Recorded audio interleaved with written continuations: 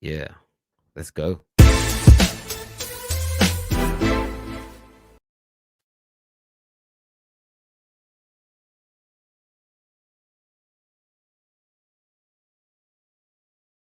I'm I'm good. Trying to figure out why I'm not hearing you through my headphones.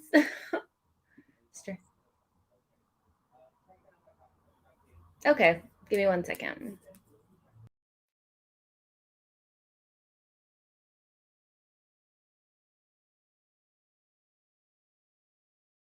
Bernardo Silva closing in on his deal to Barcelona is what they're saying.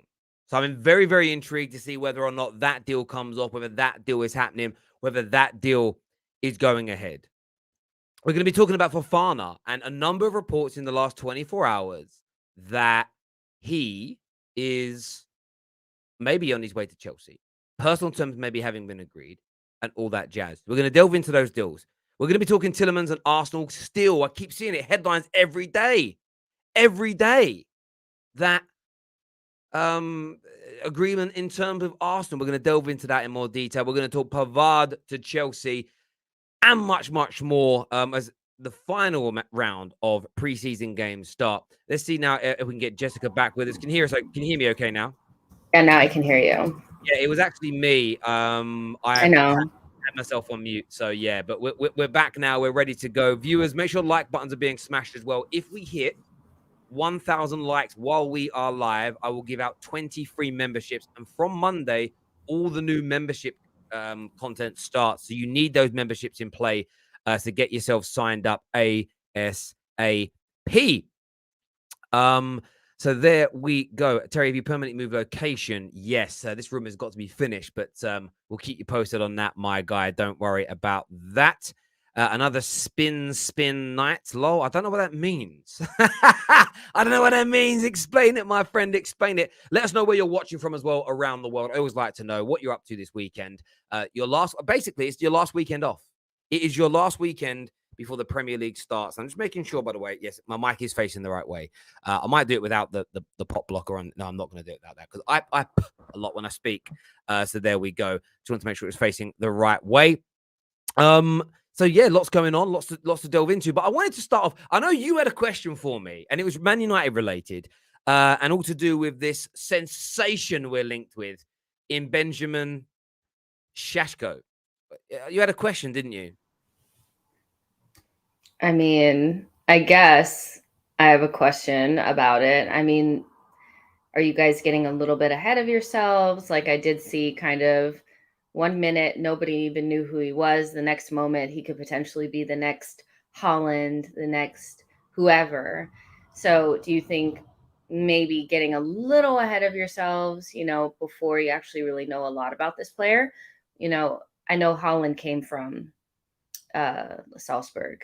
So, you maybe can make that comparison, but we're not really, we're comparing apples to oranges there, right? So, I mean, technically he's a better football player than Erling Haaland. Better touch, better skills, better on the ball work. The finishing isn't at Haaland's level, but the rest of his play is, well, I've got to say, his overall play is better than Erling Haaland. There's probably only one young striker in the world in Mbappe that's a better technician than Sesko. He's absolutely phenomenal. I've been talking about him for years on here. Most of our streams, I've spoke about how much we need to go after this player, how much we need him. And of course, anyone that's falling for this has zero understanding of the term sarcasm. But you are right. There is a bit too much hype. No one knows that much about him. Nobody was talking about him. Nobody, in fact, knows who the hell he is. However, if you do your research and read about him, watch him play games, and not just a brilliant performance against Liverpool, you watch him, you know there's a talent there. You know there's the potential for a top-class player. They're talking about trying to raise the fee as high as 50, 55 million pounds. United would be stupid to pay that at this point because we've got no idea the levels that he can raise himself to, but there is a talent in there. But you're right, Man United fans, I don't know, do you feel like do you feel like United fans are a little hungry, like they're starving a little bit? I don't know if it's starving per se. Like I do think that when you look at the players that you guys have brought in already, it's definitely a different philosophy than what it's been in the past. Like, I think maybe a year ago, instead of going after a Sesko or however you pronounce his name, you would have been going after the most glamorous, or some has-been-y type guy, So it's different. So I think there's something to be excited about because it's an untapped, unknown talent. And to be honest, some of the better teams that we all kind of look at and say like, oh, they have good recruitment. This is the type of player that they would potentially be going for. So I do think there's something in that. Also, with things uncertain around Ronaldo, I'm sure that Manchester United fans want to see another attacker come in, especially somebody that can play through the center. So, it's not that I think that Manchester United fans are starving. I just think that he would solve potentially some of the issues that you guys have and also represent a change in recruitment, which you guys are looking for. But you don't really know much about the player. Nobody was really talking about him a couple weeks ago. So keeping that same energy that people had for us when we signed Fabio Vieira, just pump your brakes. No, I agree. Listen, my energy was the same for Sesko as it was Fabio Vieira. The one great thing about these signings is there is a little bit more excitement because it gives you the chance to go away. When you're linked to Jong, how much research do you actually need to do to assess how well or how bad you think he'll do? Gabriel Jesus at Arsenal, how much research do you actually have to do? You always learn new gems because you look into your own players a lot more than rival players. But what I like about the kind of unknowns is, who is this individual? And the fear is always you watch them and they've got what I call the quick step, like a Darwin Núñez. The quick step where the ball's about to come to them, they seem to like shuffle their feet a little bit. Their hand-eye ball coordination isn't quite where you'd want it to be. And Sesko looks technically gifted. He doesn't look nervous on the ball. He strikes the ball well. There is raw talent there. Whether or not United sign him is one thing. Whether or not he goes on to be a top-class striker is another. But interestingly, according to Jack Tolbert, who's very reliable, and a couple of other journalists today, they're looking at this player irrespective of Ronaldo staying or going. It's almost this is a player for the future regardless. So even if he comes in and even if Ronaldo leaves, I think United fans have got to temper themselves to this guy isn't coming in to make us the champions of England. He isn't the guy. He isn't the final piece of that jigsaw. He's very much a player for the future and not the here and now. And I think Man United fans need to kind of wake up and sort of realize that, that would be there's Erling Haalands and then there's Dominic Szoboszlai's out there. Haaland is a once in a lifetime, kind of comes out of Salzburg, does the same thing at Dortmund and then makes a big move.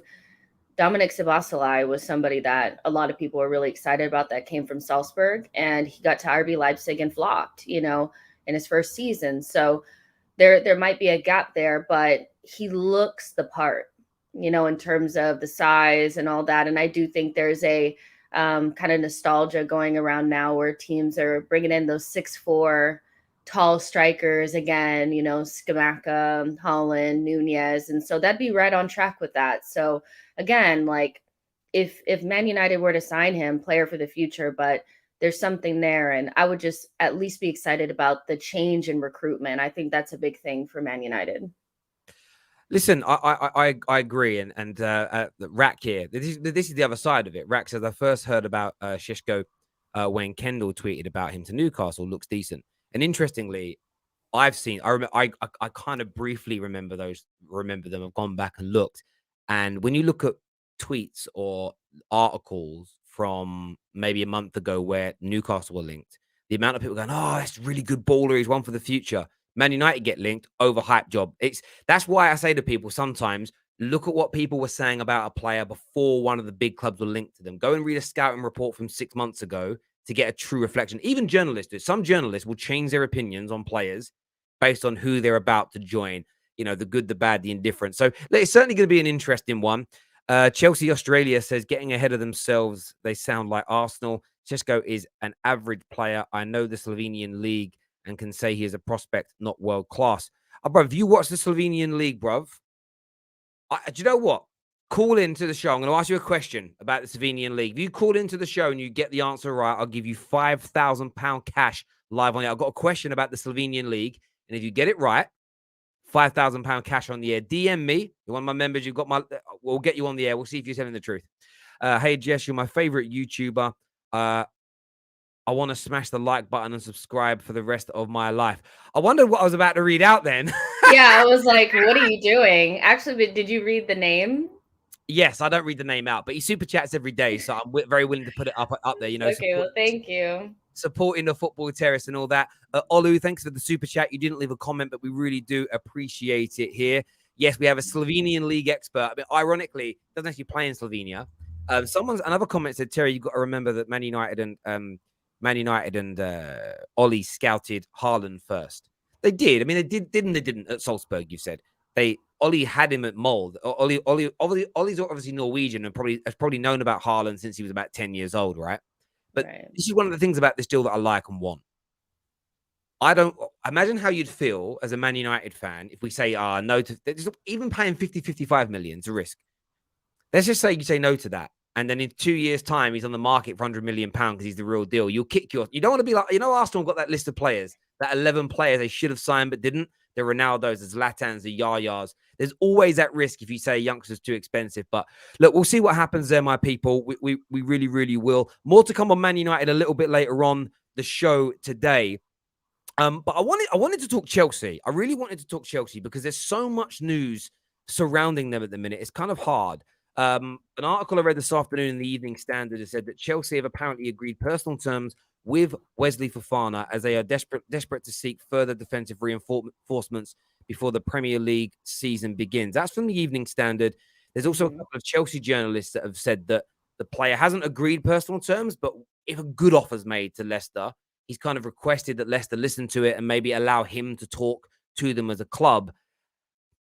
I mean, do you see this as a feasible deal for Chelsea, or do you still think that they're kind of, I'm not saying punching above their weight or trying too hard, or do you feel like they may not get any, I mean, to get anybody else in before the season starts a big push, but what's your take on this Fofana deal, and do you see it happening? I mean, maybe a couple weeks ago, if you had told me that Chelsea had agreed personal terms with Fofana, potentially I would think that deal is getting done. But off of the back of the last 3 or 4 players that they got personal terms agreed for, I would say that, I wouldn't be confident. If I was a Chelsea fan, I definitely wouldn't feel confident because Leicester are going to want a lot for Fofana. Very similarly to, Cucurella at Brighton. These players kind of just got there. We know Fofana lost like an entire season because of an injury. And, I would imagine that the likes of Barcelona and Real Madrid are looking at him for not this summer, but maybe the next summer, and clubs that sell well want to kind of build that hype up a little bit. They're not going to want to undersell. So if you're not going to get a bidding war for him or get multiple big clubs interested in him next summer, if you want to see him sold this summer, how much do you think that would cost?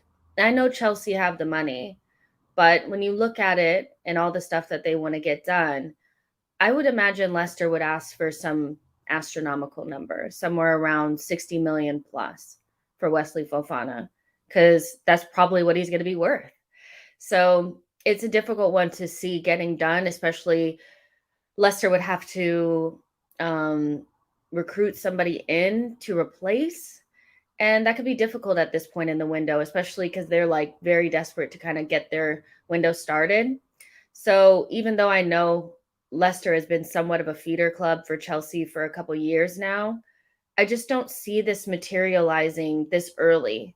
They would need to pay over the odds because they know next summer, after Fofana plays another season, they could get whatever they want for him. So I don't know if I see it materializing, but when you look at Jules Kounde not coming in, Delit, there's not a lot of options out there anymore, and we were talking about that in the group chat. Like, who do you go for after this? Kilman, so they really have to go for it. I fear that because they have to go for it, they would have to pay a lot and maybe overpay. So yeah, that's kind of where I sit with it, but do you feel like at this point in the window, because how desperate they are to fix their defense, that they should kind of pay whatever it would take to get Leicester to the table? Well, you end up moving into that realm, and I asked Ben Jacobs that question the other day, and he kind of said, "No, I don't think they're at that point." And look, his point is right. There is still a month of the window left to go. So I think that when there's a month of the window left to go, you don't necessarily need to panic. This seems like the first year in the transfer market in a long time whereby I want to make sure I say this in the right way, but it feels like there was this big push, like it was deadline day before preseason started. I'm blaming content creators for this. I don't know which ones did it, but they built this narrative this year that you needed your business done before preseason started. Otherwise, it was a bad window. It's kind of weird. It's never been like that before. I've never seen it like this before. The meltdowns that were happening 5 weeks into the transfer window. Now, I know that the World Cup year is here, so people want to start fast. I know that the league is starting 2 to 3 weeks earlier than normal because of the World Cup. But therefore, it was almost going to be impossible. And when you even look at most clubs, I understand that Liverpool and City are seen as being in a really great space.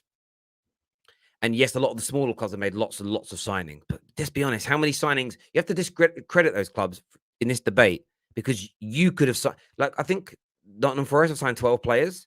Chelsea could have signed all of those 12 players if they wanted them, but none of them are good enough for Chelsea. Or we don't think any of them are good enough for Chelsea.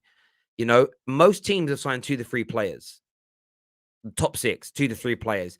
Spurs a little bit more, but we know that the overall quality of everybody they've bought, they've signed 5 proper players, and 2 of them most other clubs wouldn't want. So everybody's at around that 2, 3, 4 mark.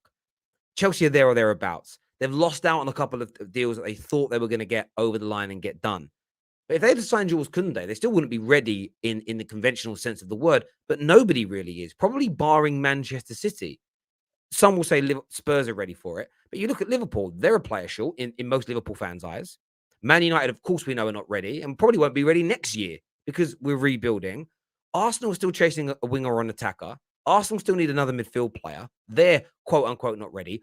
All of our clubs still have dead wood that we haven't been able to sell yet. When you actually start looking at all our clubs in detail, there ain't that much difference. The only thing that's making Man United fans more confident than Chelsea fans, Arsenal fans seemingly more confident, Spurs fans more confident, has been the performances in pre-season from your club. And if Chelsea, by the way, play tonight at 8:00 and look sublime and score 4 or 5 goals, you watch that pressure feel relieved. And I think that's what it is. Now, in another couple of weeks, they could get a little bit desperate. And that's when you see more. That's when you start to see so much activity in the window because everybody starts to go, right, we've got to make our moves now. So you could see it. But to get Wesley Fofana, it's going to cost you 70+ million pounds. Then you're talking big wages. Now, is he good? Yeah, of course he is. I mean, I'd argue as a centre back, he's better than Jules Kounde. They could end up with a better player than Jules Kounde in the end. But they do need more if they're going to do what Chelsea have to do every year, and that's challenge for this league title. Yeah. I mean, I guess it really just depends. Like, I think we'll all kind of have a different idea of how ready we actually were based on how we perform in those first couple of weeks. Whoever performs well will be relaxed. Whoever doesn't perform well, if there is a club, that's the team and that's the fan base that's going to decide. Their transfer window has not been great. So regardless of what you think about preseason, like, we all know, first day of the season, you lose for whatever reason, all of a sudden they're going to start, your transfer window wasn't great. Chelsea start off really well. It is what it is. They'll still have time. No, of course they will. And I mean, they're linked to another centre back in Benjamin Pavard. Now he's kind of a guy that's on socials I see really splitting opinion. There's almost like I think he's decent. I don't think he's great. I'm always a little skeptical of players that are not that are in their not even in their pomp years yet, who Bayern Munich are willing to let go. And I know that I famously said that about Odegaard at Arsenal. Like, why do Madrid want to let him go if he's that good? Well, we're still to see the proof in that pudding yet, because we're talking about we don't have his world class yet, and that's what Arsenal seemingly need in the end. And I was kind of responding to people saying he's world class. And you think about Benjamin Pavard, it's almost would Chelsea not be better off giving one of their youngsters a game? I mean, how much Chelsea must be regretting selling Tomori now? Like there must be such a Mm. sense of regret that they allowed that to happen. They allowed him to move. They allowed him to go on because they're now looking at players that are on that level, but they're looking at anywhere between sort of 50 and 80 million pound for the privilege. Yeah, It's it's not unbelievable. even just Tamori. It's Gahey as well, who plays for Crystal Palace. He's up there as well. Like it's crazy because we talk about this all the time. It's like I get that Chelsea's the type of team that they want to splash the cash. They want to, show that they can keep, they can be the most dominant force in a transfer market. That's their vibe. Like they want to spend the money. But at the same time, like utilizing the funds well is important. And I don't think not having Tamori and Gahey and Colwell like there to play for them, I do think because Colwell hasn't left yet, but I do think that this could be something that they look at and say, we're going to do something different. Let's not buy somebody and keep him in the frame because he's already ready to go. If they bring in two people, he's gone. And so, and Chelsea have like the best academy in London. They have the best talent, and they're sending these guys away, and they're doing well at different teams. So it's interesting to see them in this situation, but also look down the league and see and look also at AC Milan and see some of their academy products doing well. But I don't know. Pavard is just one of those where maybe about 2 years ago, you could kind of heard that like Bayern Munich fans were saying they didn't think he was that good. They want to bring somebody else in. He kind of is fallen out of favor in terms of the French national team as well. And he's kind of in a weird position where he's played right back for a long time, but now they're calling him a center back, and he wanted to play center back at Bayern, but they have Upamecano and they have De Ligt. So I agree with you that 26 years old with a lot of experience, Bayern wanting to get rid of him does look a little like what's going on there. Does he necessarily solve their center back problem? I don't know because, again, he's a right back that can play center back, so I'm not sure. Well, I think what it tells me, because they are also looking at Dumfries, Chelsea, and that's legit. That is on. I did someone messaged me. They go, "How can all these deals all summer be on?" I'm like, "Do you know what on means?" He goes, "No, it means active, possible, could happen. Talks are started." Oh, then you were right. Yeah, I know. I mean, it's not, it's true. But they're looking at Dumfries. But someone said, "Oh, they've got Reece James." But this is because the club better not push him to center back. Yeah, but that's what. But they might end if they keep with three at the back, they may move Reece James, or they could move Pavard into like a right-sided centre back in a three with a wing back like Dumfries going up and down. If they bring in Pavard, it would be Reece James going up and down that wing as an example. That could end up being what Chelsea are kind of forced into. Could be forced into doing, if that makes sense. And I think that Yeah. I think they've got to again. When I say forced it, I mean that like forced into doing it if other options don't kind of present themselves. I would bet that if you asked most Chelsea fans what they would want to see is if you had to choose between bringing in Dumfries and moving Reece James to center back, or bringing in Pavard and letting him play right side of center back and letting Reece James play his position, I think they choose the latter. I mean, Reece James is one of the best fullback / wingbacks in the league. And I know he could be a really great right-sided center back, but if those are the two choices, I would go for Pavard. But I think any player coming from Bayern Munich has some level of quality, So I'm not saying he's not good. He just may not be the top level, But there's still good options in the end of the day. I just feel like use your academy. I don't know. Yeah, no, I get it. I mean, Chelsea having the best academy, it's a yes and a no from me. And what I mean by that is, it's the best academy in England for developing talent, but it's the worst academy in England over the last 20 years of developing that talent and then allowing it to benefit your team on the football pitch. They've done well with Mount. They've done very well with Reece James. It's kind of it. The rest of their academy products haven't done so much at Chelsea. Does that make sense? You had Callum Hudson-Odoi that's been given a chance. They're seemingly going to allow him to leave now. They need to, when you've got that level of talent, there's got to be that gateway into that first team. And maybe now that's going to kind of start. But it all depends on how they're being taught to play football, and does the academy level football match what the manager in the first team is doing? I think that's always been the problem. That if you ever watch Chelsea's youth team play, the football was brilliant. You'd watch some of the managers have had in the last 20 years, and you're like, well, that's not a match, is it? It doesn't make sense. So I think Chelsea have got to start getting that right, because as you say, when you see Guehi and when you see like Tomori killing it, doing so well, getting into the England squad, being, Tomori especially being one of the best defenders in Serie A is ridiculously good. That's Serie A is Italy. They look at defending as an art form as opposed to sort of a position. I mean, having said that, Chris Smalling did very well over there as well. But you know what I Can mean? I just, Go on. I just want to pop in because I'm seeing the comments. I don't know who said it, but was saying like, "Oh, Barcelona are interested in Pavard," says Jared Moreno. I'm just dying because like One of they're the funniest. probably not, but Did you it see is that funny. report in the paper of? I mean, they tried to make him sound like a bad man, but Thomas Tuchel on holiday with a young lady. When I say young lady, in her mid-30s, younger than him, but so what? Well done, son. You can get yourself a younger model, and you're happy, and it's all good. Somebody's response was almost like, I can't remember what they said word for word, but it was basically, look out because Xavi's going to come and steal her. And I was dying with laughter because I'm like, that's good football banner. It isn't dead, but yeah, absolutely. It's yeah. I mean, Chelsea just need to be careful that Barca don't come in again, and we're going to speak Barca in a few moments because It's amazing now we have to speak about Barcelona because they're running the transfer window. they're winning the transfer window, but they're running everybody else's as well. Like many, like knock on the fact they've been able to pull these deals. It just goes to show, doesn't it, that when you haven't fallen from grace for too long, so you've had a year essentially in the wilderness, if you spend the money and wield the axe and you're ruthless, you can bring in people. Look back at our clubs, and the way we operated when we started failing.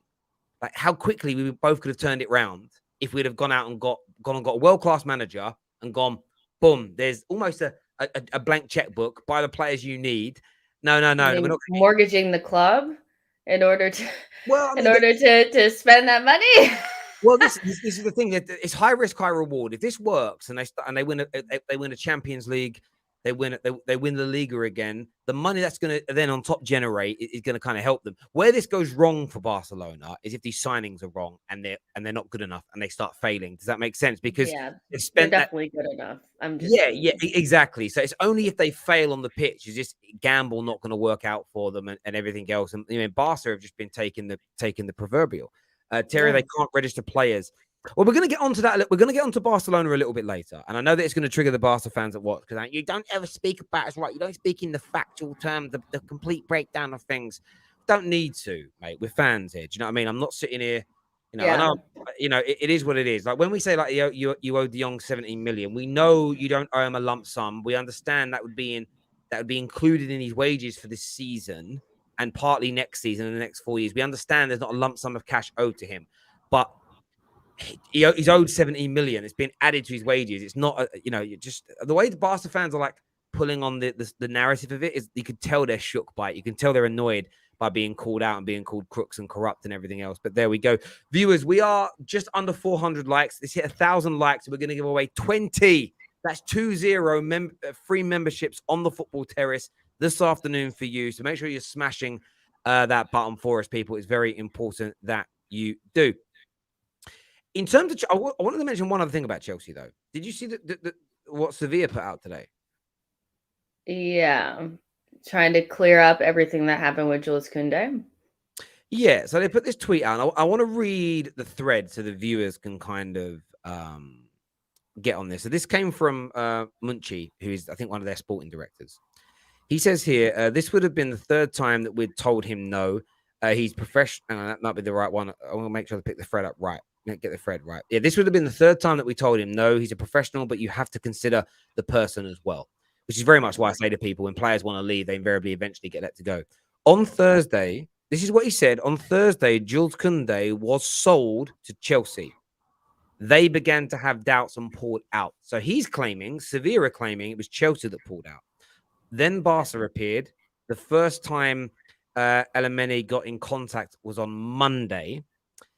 We received an offer that was lower than we had in mind, but we renegotiated with them and reached an agreement for a club record sale. Chelsea came back again, but Barca's offer was better.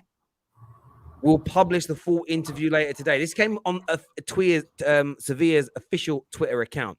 Now, if this is true, and I mean, the reason I say if it's true is this. Do you remember a day or so ago, a couple of days ago, there was this talk of, well, Tuchel's not actually that sold on the player.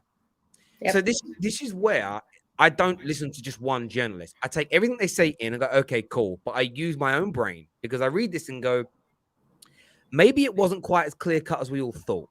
Because on Thursday, I remember speaking to you and others about this. I've chatted to journalists. They are being told by Chelsea right now the deal's done. They told journalists this. Now, maybe it isn't that Barca came in and hijacked it and it fell apart. Maybe it was a case of Tuchel said, yeah, I'm still not too sure about him. Let's hold back. They've held back, seen Barca come in, haven't been able maybe to get another target thereafter, and gone, shit, better go back. And maybe Jules Kounde feel, hang on, this is the second time this summer that you pulled away from me. I'm going to Barcelona. I mean, so I can't understand. There's no reason here for Sevilla to lie. They didn't end up selling the player cheaper than Chelsea initially offered. They got a club record fee.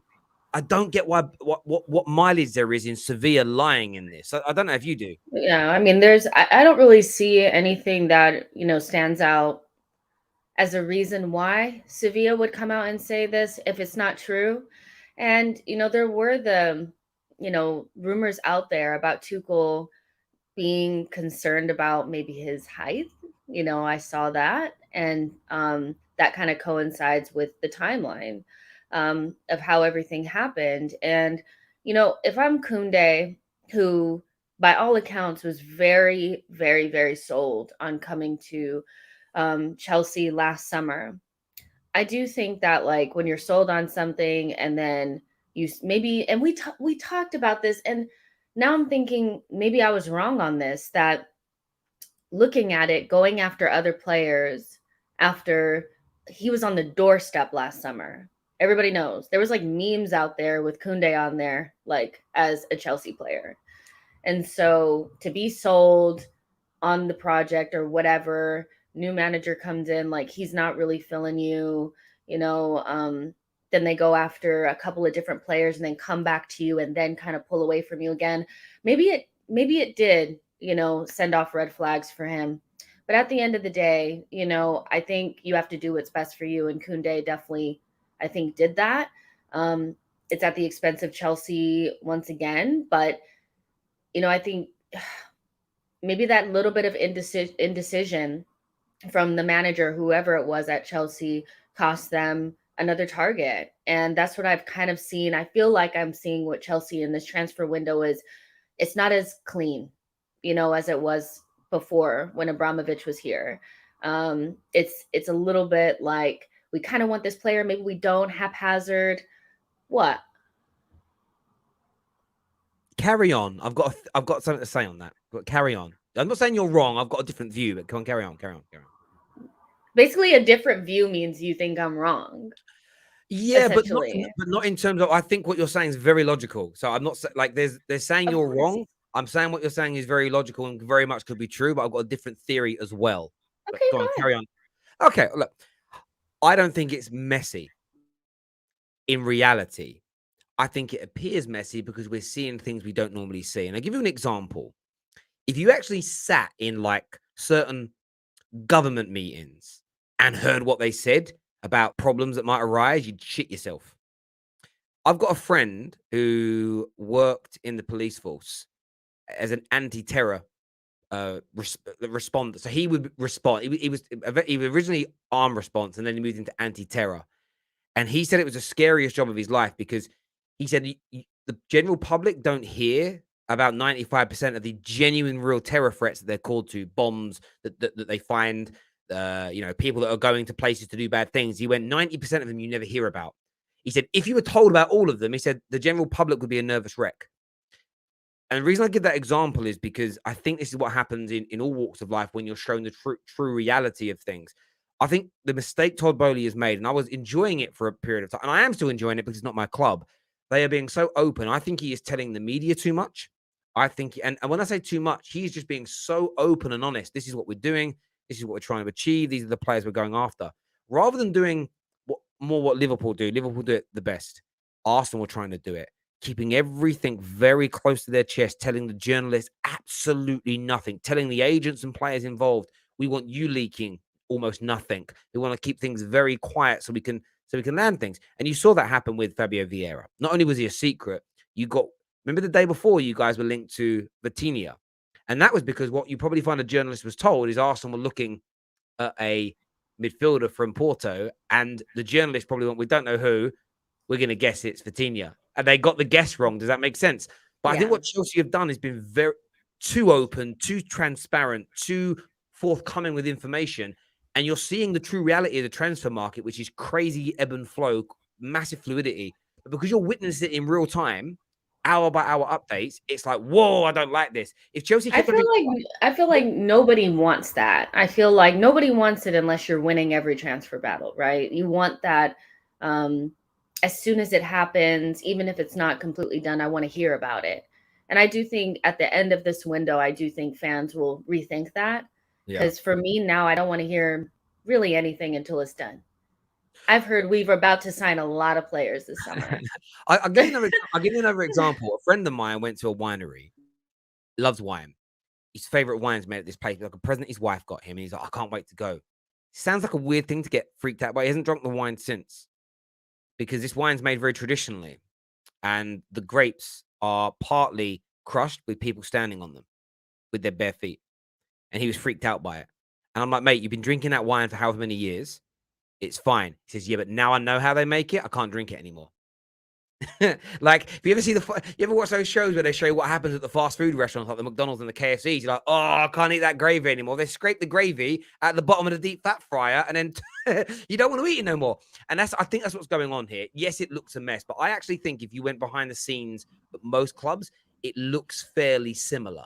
And I think Todd Bowley by next year, I don't think he'll do that again. And I think fans have realized I'd rather know a lot less than know everything. Yeah. Because maybe my theory is this, but maybe I'm seeking some confirmation bias here, because I felt for a while that the PR thing our clubs put out is annoying. Does that make sense? Like Chelsea have done almost no PR. You know, they're unable to, because they've told everybody too much. They can't go, oh, we actually weren't interested in this player. They're not able to do that because they're making it so obvious that they are, if that makes sense. But look, they definitely need to improve on things. Speaking of Barca, though, just speaking of Barca, I want to read that they claim that Chelsea have offered Bernardo Silva to Barcelona for £67 million. Yeah. Just as Romero has claimed, Gerard Romero, who I have to say, I bantered him a few times as a bit of a laugh. People take the banter too seriously. It's just a joke. He's a top guy. I've always said that he's credible. And he still might win another one, which we'll come on to in a bit. But he has now said that Bernardo Silva is getting closer to FC Barcelona. So we are now at a point where Barcelona can add another signing to this, £67 million worth of Bernardo Silva. I mean, it's I don't know whether to say it's amazing or ridiculous. I'm very conflicted on that, if that makes sense. I feel like two things can be true at the same time. That is absolutely ridiculous, but also extraordinary, to see a team going this hard, and the types of players that they're bringing in. Bernardo Silva is a world-class player. Like, it's insane.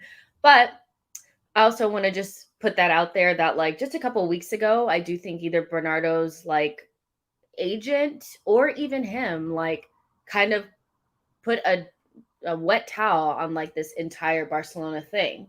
So, like, when players and agents and stuff like that tell you that their players are not interested in going places, they literally can still go there, because people will say anything when they're unsure if it's actually going to go through. I wouldn't be surprised if this happened, because we've been hearing about it the entire transfer window.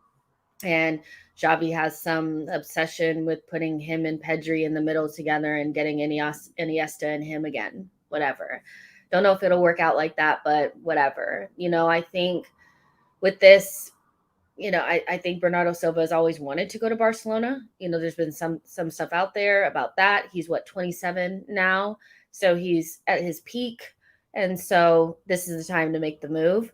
I do find it interesting that if Bernardo Silva were to leave, the amount of changes that are happening at Manchester City.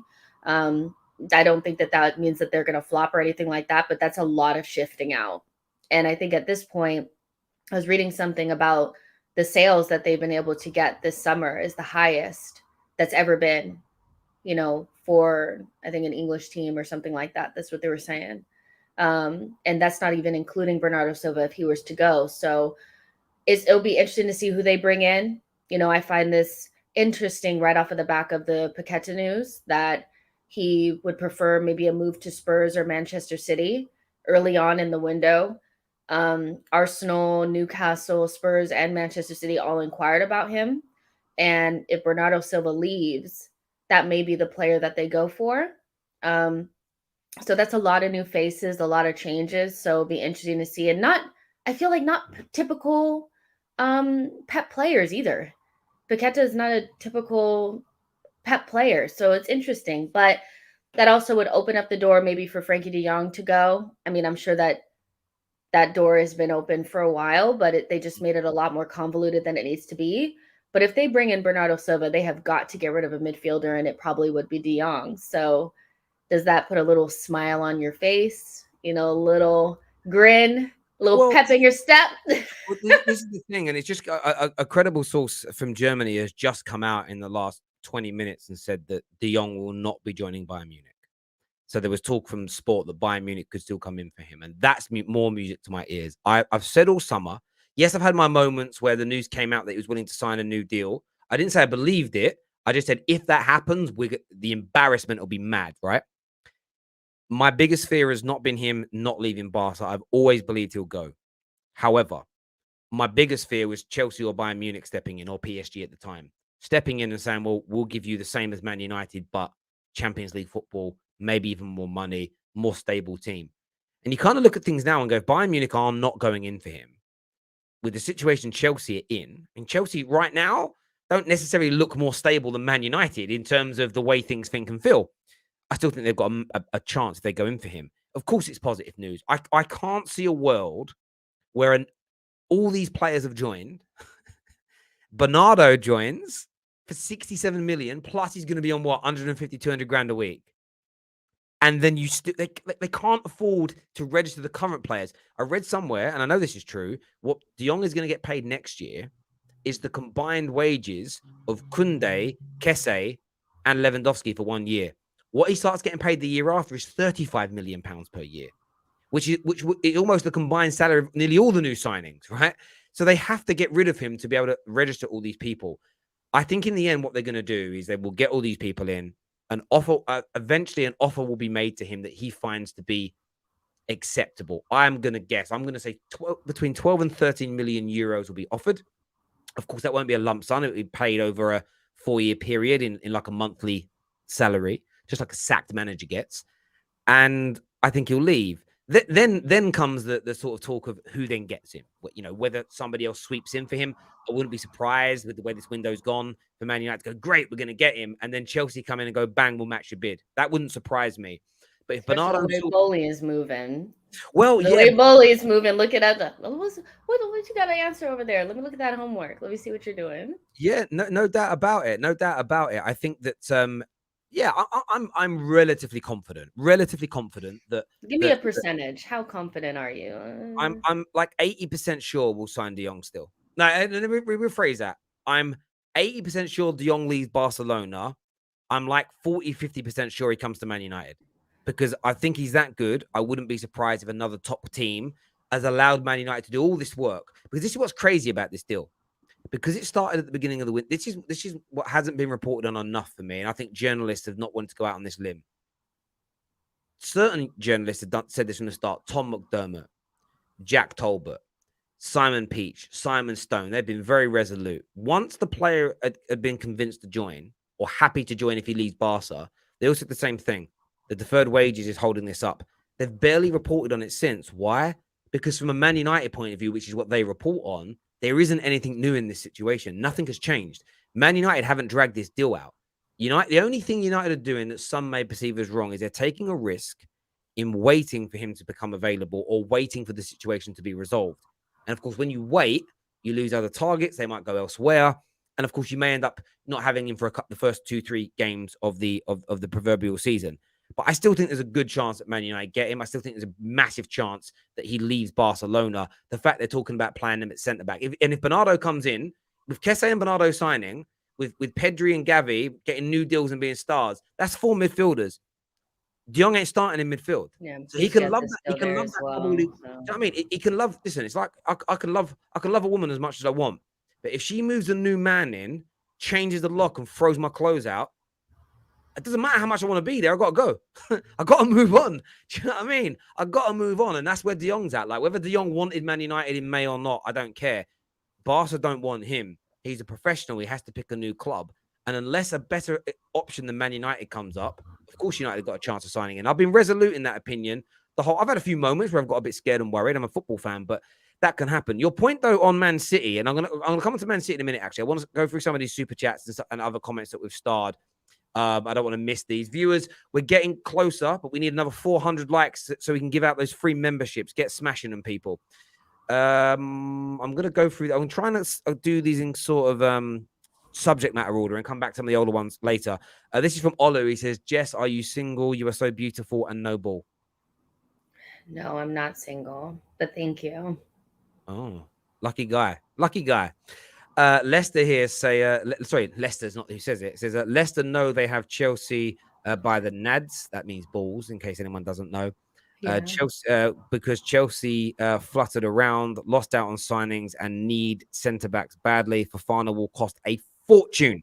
I think it's a really, really good point. Chelsea need contact with, I don't know how to say that name. Something's reps. Good cover for Reece James. Something. Yeah, I can't read that name. I know. An A and an E that way round. My dyslexia just says nah. You're like, nah. Is it? I don't know. Is that like? I think it's like. I just remember I think he's like, is he German or is he Danish? What I'm asking is an A and an E that way round? What noise does it make? I just don't know what noise it makes. Yeah, is it May? Is it May or I don't know. Anyway, he's Danish. I've got no idea how to say it, but that guy that's written down there. There we go. Thank you, Nathaniel. Reece hasn't renewed. Real Madrid bound if he's a centre back. Oh, can you imagine if Reece James left Chelsea? Let me just say this: they got to get him on a new contract. Like they have to. There's just you can't lose Reece James. I know you can, but you can't. Like you really can't. So Reece James and Mason Mount, I think, are really important to them. So yeah, but when those teams come calling, those Real Madrids and those Barcelonas, you see, like anything can happen. So got to get him on a new contract, and I'm sure he'll stay there. But you got to keep him. Yeah, you have to. 110% they need to. KC here says he said, as in Jerome Romero, it's getting hot. 100% depends on Frankie de Jong. Yeah, exactly. And that's why if they're going to do this deal for Bernardo Silva, Frankie de Jong's got to leave. The only way Frankie de Jong is leaving is if he gets an adequate offer for the wages he feels he's owed. And then if he gets those wages, he will gladly then leave. And then Man United have a huge chance of getting him. And, you know, if Man United bring him in, the brilliant, the world-class talent in Sesko, and maybe a little bit of Anthony, then it's been a brilliant summer. And then what? And then we might make top 4. I'm not doing predictions.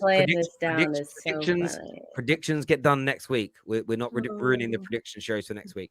Okay. Steve just said Barca are betting heavily for the Super League to fund their club out of bankruptcy. 5 to 10 years, Barca are going to be in real trouble. But you do know, Stephen, that the Super League will happen. Not in the way that they presented. UEFA will launch their own Super League. Yeah. UEFA will do it. UEFA will just copy the idea and then sell it in a way that makes everybody happy. That the Super League will happen, but it'll be called something different. Do you get what I mean? It's like the Super Champions League or something crazy like that. City ain't selling Silva with the season starting in 1 week, maybe next season. Also, Barca aren't winning anything this season with so many new additions.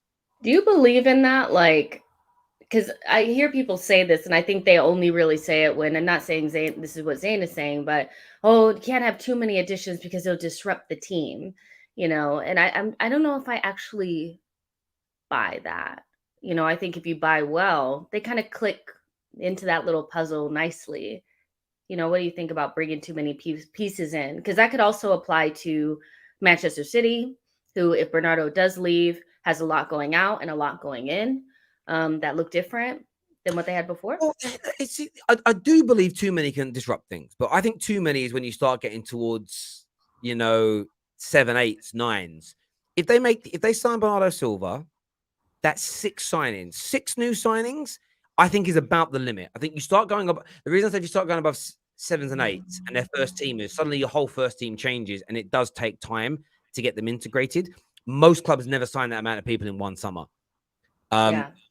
2 or 3 out, 2 or 3 in, 3 or 4 out, 3 or 4 in is kind of normal. You start going to like 7 8s leaving, 7 8s in. I think it isn't even cohesion on the pitch. Sometimes it's like the togetherness. And what you're hoping for is that the 7 or 8 new faces that come in get on with the remaining group. But if you get like 2 or 3 great characters leave and 2 or 3 kind of boring characters or an arsehole joins as well, that can disrupt things. But there's no sound that anybody that's coming into this Chelsea team is like Barca team is like a bad egg or a bad person. So it should be okay. Yeah. Alex here says, Terry, why do you think Man United upped their amount from 65 million up to 75 million? Man United wanted to make sure nobody else could match our bid. And maybe that's what it is, Alex. Maybe that increase in Man United's bid wasn't to help Barca pay the deferred wages. Maybe it was very much about United making sure that our bid was the best in the market. You could be right. And that's the reality, is that, like, if you don't want anybody else to come in, you got to make sure that you spend, you pay, So I think that would be a good idea for Manchester United, just in case somebody's eyeing it. 65 looks I mean, this may sound really simple, but 65 million to me looks a lot different than 75 million. You start getting into the 70s, mid 70s, it starts to look daunting, So yeah. No, I completely agree. Comment here says, big up TFT. Read my super chat though, and let Jess know she's the most beautiful woman in the world. Aww. And she knows ball, and I completely agree with her. Thanks, strange diplomat. I really appreciate that. That's so sweet. Thank you. Will Stewart has come in and says, Terry, you are the hottest man alive. Are you single? I'm not asking for myself, just didn't want you to feel left out. You know ball too. Thank you, my friend. I appreciate that. Viewers, make sure that like button is being smashed. Make sure you're subscribing to the Football Terrace. We have to win the league. Can't go 4 years without. Would it be 4 years Barca haven't won the league for? Wow. It's a long time. It is, considering that we just got so used to Barca winning the league title with such great. If Barcelona don't win something, and I'm not talking about the Copa del Rey, I'm not talking about that. They don't win the league, or they don't win the Champions League, it's a failure, isn't it? With all those players that they bought, the ones that they bought as well, like, they kind of got to do it, And they've been talking. That's another thing, is that they haven't been quiet. They've been very out there in the streets, like letting us all know that they run us, So I think all of football will be together on this, Ask Bayern to come around. They're feeling some type of way as well. Like, they got to win it. No, they've got to do something when you've made, as you say, that level of, like, that amount of deals. You've got to do something of sorts. You really do. We're going to come back to some more of your super chats later on the show. Thank you so far for sending them in to us. They do mean a great deal. On deals, there is one that's kind of been, I'm going to say it's annoying me now. Youri Tielemans to Arsenal is annoying me. I keep reading agreement. All these newspapers keep writing it. All these fans keep writing it. There's been an agreement for a year. He wants to join. I think we just got to there was a story that came out the other day that basically said Arsenal have got reservations due to his conditioning. And I just remember something you said about him. If he joins Arsenal, you want him to lose. I think I'm getting your word right. You called it blubber. He has to lose the blubber. Maybe Arsenal, maybe like, a man like Mikel Arteta has been listening to you, Jay, because it looks like, I don't think this is about, I said to you, we actually had, full disclosure to everyone watching, me and Jess had a legitimate fight over this in a prep meeting for this show. Because I said part of me just did not believe this. We're calling our interests because we can just come back later in the window to get him. I always felt there was something else more at play. And surely there has to be. Surely it has to be. We think he's good, but maybe he just isn't quite right. Maybe it is because he's got love handled. Maybe it is because he's got a muffin top. Not Maybe because he it's muffin. because he's got that like for a professional footballer, he's got that like double chin thing. Do you know what I'm saying? Maybe there's an issue here with him that's more physical, more mental, more condition based. Like there has to be a reason why you guys ain't bid for him yet, because I you mean, but you're okay. Go ahead. you save loads of money when Lissandro Martinez said no.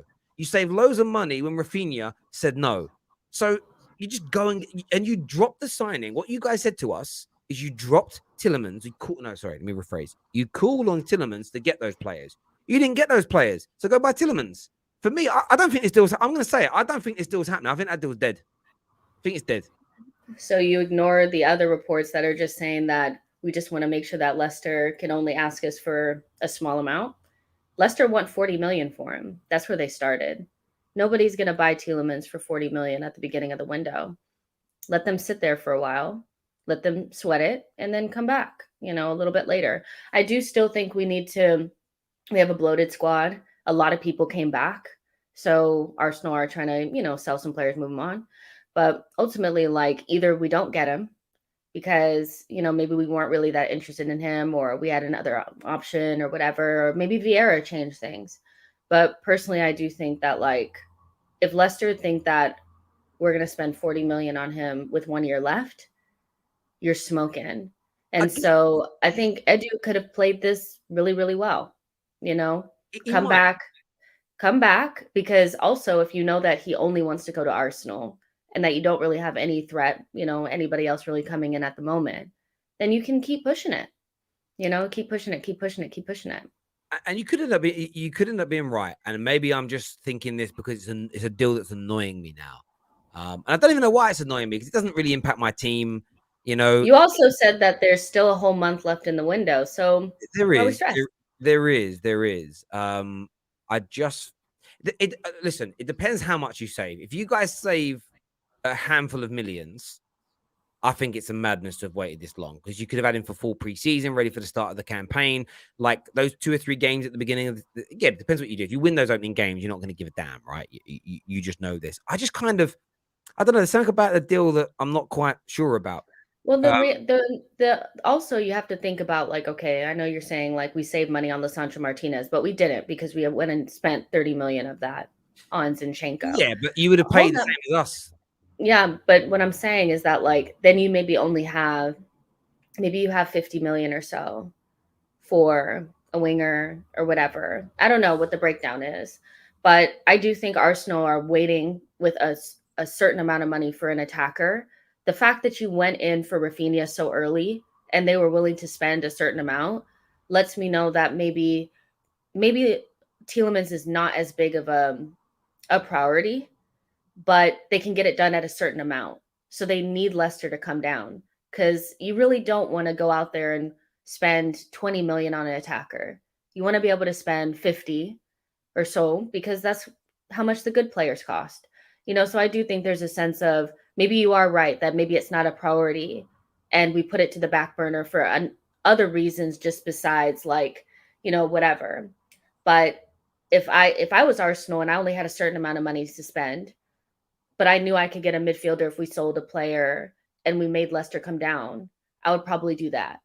But also, yeah, getting in Vieira, I do think that might have changed things as well, because it's another midfielder. You have Xhaka, you have other guys as well. Yeah, so I do get that. I'm just intrigued. What I do like about you Gooners, and I mean this as praise, is how, and I'm not gonna, for the rest of this show, you're not Jess anymore. I'm gonna call you Stan, because just Stan Kroenke there. Because when you guys were looking at paying that 40 million earlier in the window, nobody was saying too much. You're like, yeah, just get it done. And now it's like a report comes out to say why you've not done it. It's like, oh yeah, we all agree. I love the togetherness of Arsenal fans. I actually hope that Man United get some way back to that at some point soon. Do you know what I mean? Where a journalist says something, we'll go, yeah, we're all going to, even if we know it's cap, we're just going to jump on the PR bandwagon and push it because we're happy with our club. I'm kind of looking forward to those days returning. There was a super chat though. Well, here's my thing though.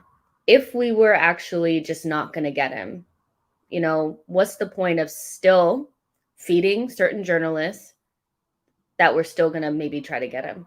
Why not just completely kibosh it? I don't think you. So there's two things to that. Firstly, I don't think you're giving any more new information. I think you are still maybe looking at him in terms of an open deal, so you wouldn't shut it down completely. But I don't think you're giving any new information. When you actually look at these headlines that the newspapers put out, they go, terms now agreed. I'm like, oh, I click on it. And it's like, Ben Jacobs told, it's not on my partner's website, but it'll be Ben Jacobs told Give Me Sport, or Ben Jacobs told the Football Terrace that personal terms have been agreed for 3 months. And then they do a brand new headline based on that piece of information. It's like, ugh, maybe that's what's annoying me about it, right? But just like we've done in our title, to be fair. But but like, I don't know. I kind of feel, what was your question again? I lost my train of thought. I read something. I lost my train of thought. But why would they do that? Yeah, I don't think they are doing it. I think people are just reiterating what they already Because when know. we're not interested in somebody and we know we're not going to go after that position, usually it comes out. Yeah, no, I get that. There's a super chat for you that says, Jess, how would you rate Arsenal's window so far? Maybe like a 6, maybe a 7. I'll say a 6.5, 7. So far, so good. Striker target looking good. Zinchenko comes in. Like that signing. Love the Fabio Vieira signing. There's still a lot of dead wood. That's definitely something that worries me a little bit. The lack of, being able to sell. I get the players are not very good, but still. And we need another midfielder and we need that attacker. And I look at the play, like there's just no noise around the attacker, and it's making me a little bit anxious more than anything, because we know that the attacking, like the market's not great. Manchester United are going to spend 60 million or so on Anthony. It's just, Rafinha going for 60 something million. So it's not great. And when I see like, oh, you're linked to Bowen, great, but they're not going to sell him. So who are we going to go after? And we literally cannot be going into this next season with what we got in attacking positions. It's great. It's good, but it's not up to standards. I don't think it's as good as anybody else, so that's where I kind of am with it. I think it's a 6.5, 7. Yeah, no, I totally understand where you're coming from there. Yeah. Can't see United getting top 4, Terry. Your squad needs a restart, and Ten Hag likes a lot of your dead players.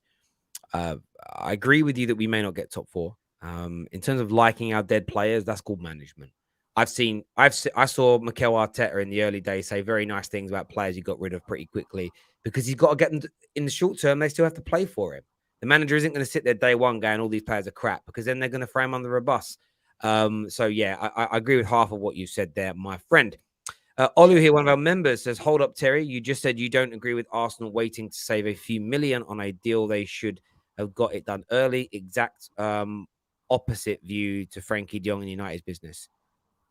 Well, it isn't, because Tielemans is available now. If they bid the right money, he'd walk through the door.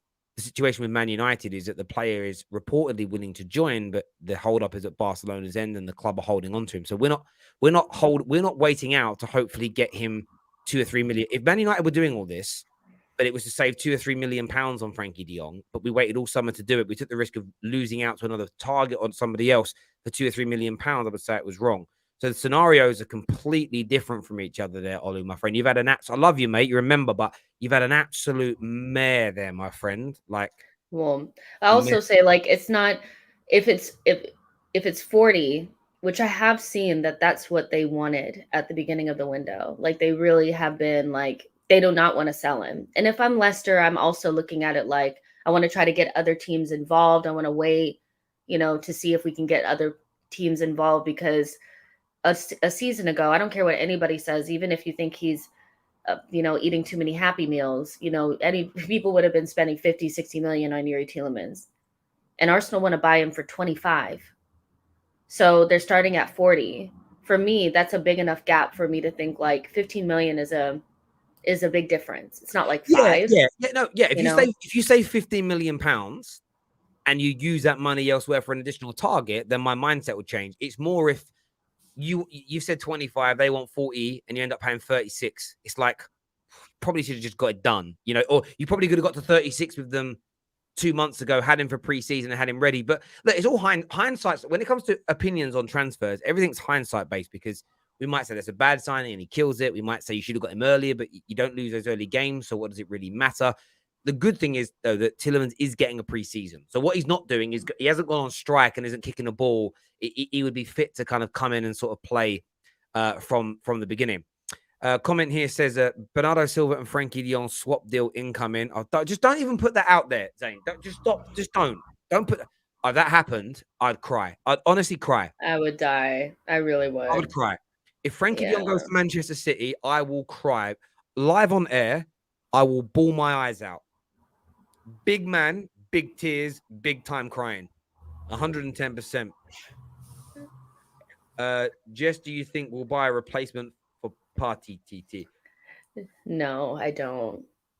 Yeah, well, look, we spoke about Partey a lot earlier on today, and in briefing meeting, and look, I thought long. I've read every single tweet from the alleged victim, and we basically says off camera, I don't know the law well enough to have an opinion. And what I mean by that is when you read the tweets and you read the messages, it's like, wow, that's terrible. But equally, we don't know what other message. We don't know if there's what we don't know, and this isn't defending Partey or condemning the lady. We don't know what messages were sent before and after that. We don't know what voice notes were sent before and after that. We don't know what phone calls have happened before and after that. We're seeing an isolated moment from that situation. Now, I think as you tweeted out earlier, and I'll reiterate, the young lady should be taken completely seriously. This should be fully investigated to within an inch of the law, and every single protocol, every single rule, every single law, every single element should be investigated to within nth degree. That's what needs to happen. It's very hard for me. I won't sit here and say Partey is a scumbag. I won't sit here and say the woman is a liar. I can't, because I just don't know enough. And the Terrace hasn't spoke about this because it's, for me, it just hasn't been. It isn't like a smoking gun. It isn't like there's suddenly video footage of an incident happening and it's like, wow, or a voice note of there's nothing like what happened with Greenwood.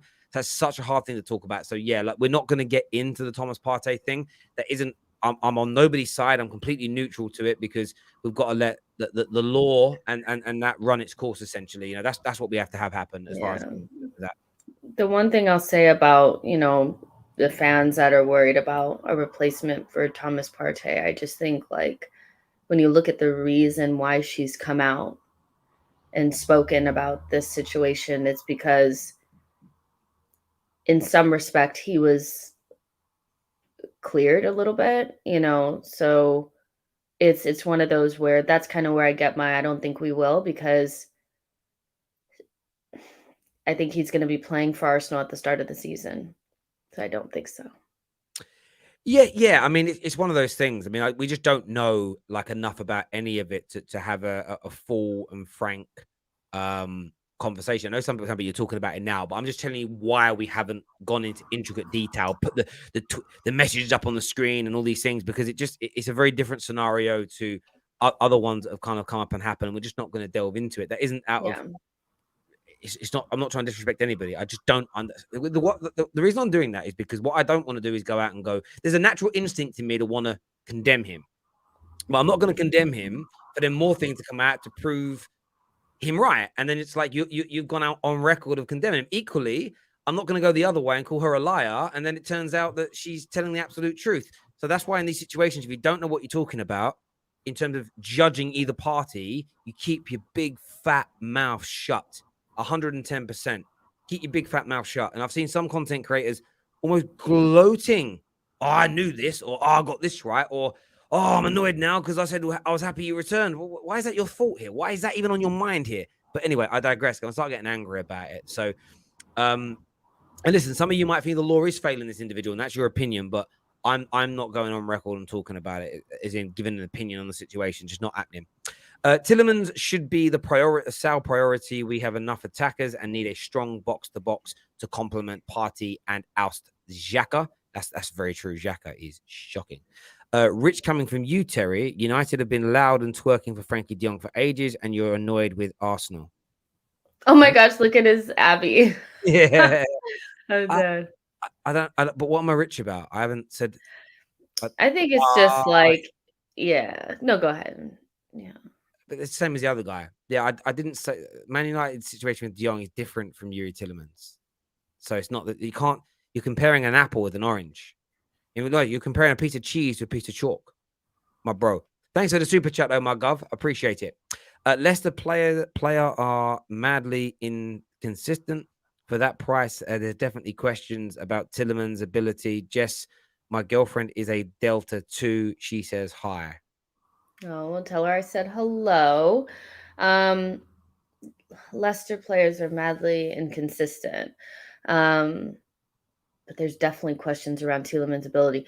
Yeah, so I don't know. I think with Tielemans, do I think that he's the cream of the crop, the top of the list? No. Like in terms of midfielders that Arsenal could potentially be looking at? No. Like I think when you look at like Frankie de Jong, you look at Tielemans, I do think there's a gap there.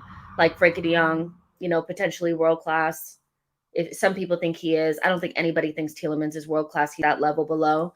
But there was a point in time where anytime you put an Arsenal team versus a Leicester team, they were all in the combined 11 and we couldn't get anybody in there, So I think there's a little bit of like a feeling around Leicester that they don't have great players. They had a lot of injuries last season that really derailed their season. But like Vardy, Maddison, Tielemans, these guys are still really good players. So I would take Tielemans. Do I think he comes straight in and starts above everybody? I'm not sure, but he gives you a different option and he's better at things than some of the other players that play in that pivot. So for me, it's a win-win at a certain price. Like you can't get a better deal out there. Maybe Basuma for 25 million is probably better. But if you get Tielemans for 20, 30 million, I think that's one of the deals of the summer, considering this is a player that a lot of people really liked before he ate all those cheeseburgers. He certainly was a player that a lot of people liked and a lot of people raved about. Depends on who's linked with him. As I said earlier about Sesko, suddenly Man United are linked to him, and everyone's like, "Oh well, there's this, there's that problem." I want to say a big thank you, by the way, to a man like Andrew for becoming an official member of the Football Terrace. Thank you. Another 200 likes, and we're going to gift out those memberships to you live on air today. We're going to give 20 of them away as long as we hit those likes. Get them done. Joshua here says, I'm actually laughing at people saying we're not going to make top four. This squad is not that bad. We made top four with a manager people said had no plan. Now we've got a better coach with the same squad. It is a fair point. It is a fair point. I mean, I've said it all the time. I don't think our squad's as bad as people make out. The one thing I would say is that Arsenal and Tottenham are better than when Ollie was our manager. So you've got to factor in the improvements of Arsenal and of Tottenham, their managers, their progression, where they are in their builds and stuff like that. But yeah, look, United have got a chance. We battered Liverpool the other day, so we can do it. If we bring Tielemans, it will make it harder to move other players on for a good fee. Sell first, then buy. True. I mean, it can do. It can also work the other way. So it can mean that clubs know you've got money, so they ask for more. Like, this is the thing with PR spin. You can spin it any which way you want. There's always a way of spinning it into a positive. What if Silva to Barca, Frankie to City? Oh, just stop, Shane. Why are you doing it as well? Stop. I think if Frankie de Jong's wages were less, I do think maybe City would look at him. But there's a reason why Man United are the main, choice or main club in there. I think beyond the Erik ten Hag situation is they're willing to pay the big fee and they're willing to pay the wages. I don't think City look like they're decreasing their wages right now with the players that they're bringing in. So you really want to bring in somebody like Frankie de Jong's heavy wages. I think that's another reason why Bayern Munich wouldn't bring him in. So you got to do what you got to do to bring in a really good player. And I think Ten Hag is so set on Frankie de Jong that they'll do whatever to get him in. So I don't think City is an option, just because of that reason alone. I don't think they're going to pay that. Yeah, no, I think I don't know if City will go for it. They were linked earlier, and then they moved themselves away. I think someone might. I think someone might come out of the woodwork. Chelsea have been there. Chelsea's just kind of like lurking. Do you know what I mean? Come on, Bowley. Just working around.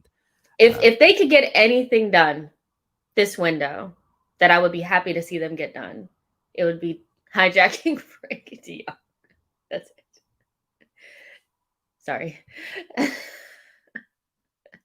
think a lot of people feel that way. Remember, you guys are the biggest club in the world. Everybody wants to see you fail. Like You do. know, so. That's why you find it funny. Yeah, you all just so bitter, and like I get it though. We hurt you all so much growing up. Like we made your lives hell. We were the best. You always had to see us win. So I get why people enjoy it now. You know, there's still, that's the one thing I'd say. We're still a poor team. We're a poor team. We've been a poor team for a decade, but still, like that pain, that horror, like the scars we left people are so deep that 10 years of failure isn't enough to heal them. It's a beautiful thing for Man United fans. It really is.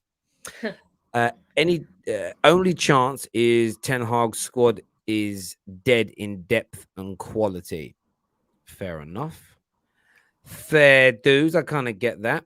Well, I think I get what you're trying to say there. But yeah, we'll see. Listen, we're gonna obviously next week, big preview shows coming on the terrace. We're gonna kind of go through things in a little bit more sort of detail. But I do think like from next with the games coming back, I'm excited, not just because it's good when the games come back, but I just sort of feel a little bit like football needs it, because it's like I love the transfer window, but it's got to a point now where I say I just want the games back now. I think everyone's got to that point. It's like we want the transfers, but is there?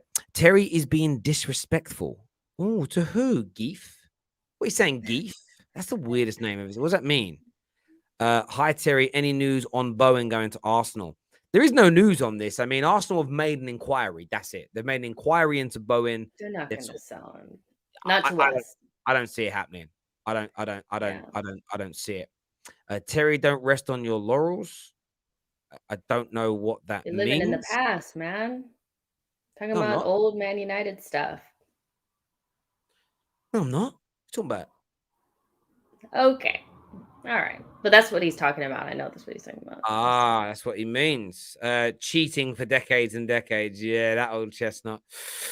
The Premier League fans should worship Man United. The 1999 treble team brought back English football onto the map after it was before that it was in the gutter due to hooliganism and especially Heysel.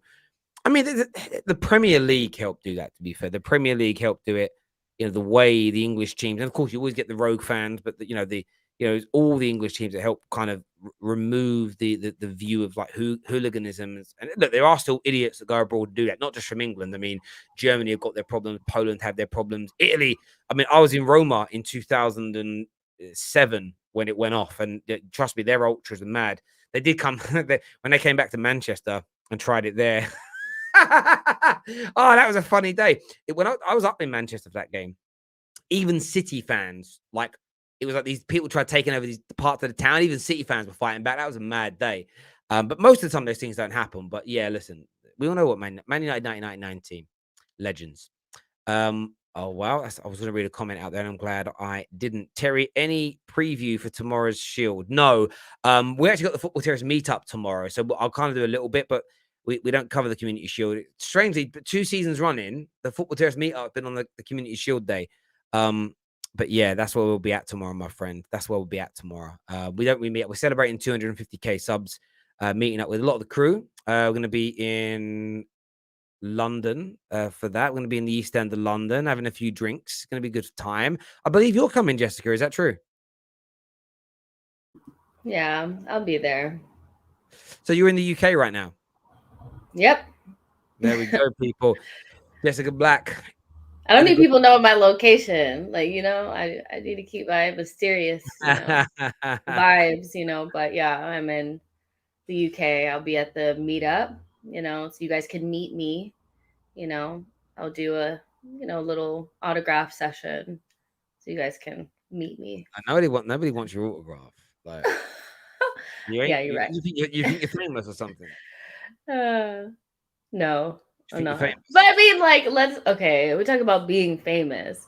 Who's 6'4"? No, not. talk about famous, you know, how you feel when you're out and about and people notice you and recognize you from your channel.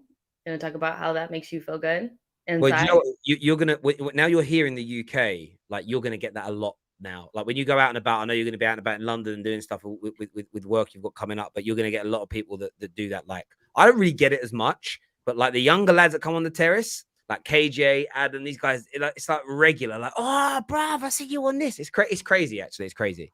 Like I can't imagine what actual famous people go through. And I'm talking, you know, like people that are genuinely bona fide A-list, like what they go through must be crazy. Like when once or twice a week I get recognized, and that's a bit like, oh, cheers, thanks. Especially if I'm on a train and someone shouts, oh, not like you're not cheers, thanks. You're like, oh yeah, like come on. I did it once. A guy was on a train. He was a school teacher. I'm sitting there, and all these people they were chatting to him. These kids would have been back 12, 13. And he went, oh my God. He really shouted loud, Terry. Oh, he was talking so loud at me. Oh, what do you think of this? What do you think of that? And I was like, oh my God, I'm so embarrassed. It was nice, though, but it was embarrassing at the same time. But yeah, there we go. There we go. But people, listen, I really appreciate you all tuning in this afternoon and giving us your thoughts and giving us your feelings. Pipe down, YouTube. I don't know what you mean by that, but there we go. You're not David Beckham. I never said I was. Look at this. You always get hate. Don't hate on me. It hurts my feelings. I mean, you did try to do everything Beckham did back in the day. So. Tried, failed, but there we go. Listen, people, hit the like and the share button. Until next time, take care. Goodbye. God bless. And I'll see you all again soon. Peace.